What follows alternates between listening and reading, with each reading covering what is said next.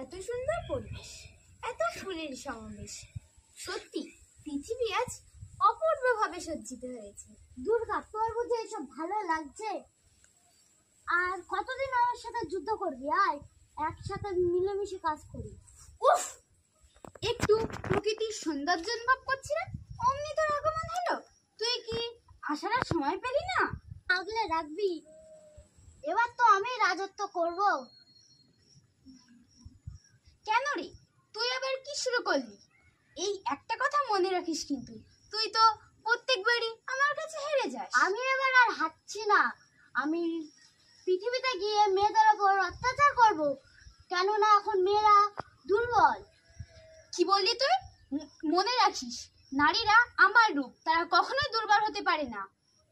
নারীকে হত্যা করেছি। তোর ধারণাটাকে এবার বদলা।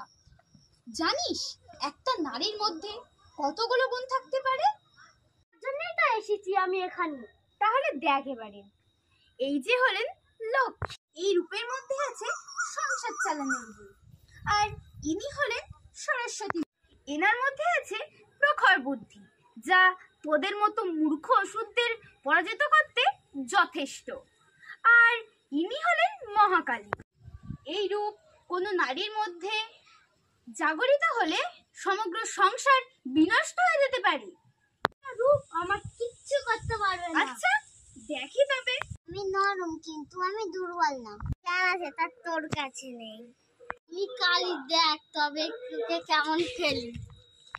যখন এই তিনটে রূপ একত্রে কোনো নারীর মধ্যে জাগরিত হয়, তখন তোদের মতো মূর্খ অসুররা না বিনাশের পথ যায়। A few moments ago. এত সুন্দর পরিবেশ, এত ফুলের সমাবেশ। ও বেটি, এখানে তো শুধু তুলসী গাছ থাকবি।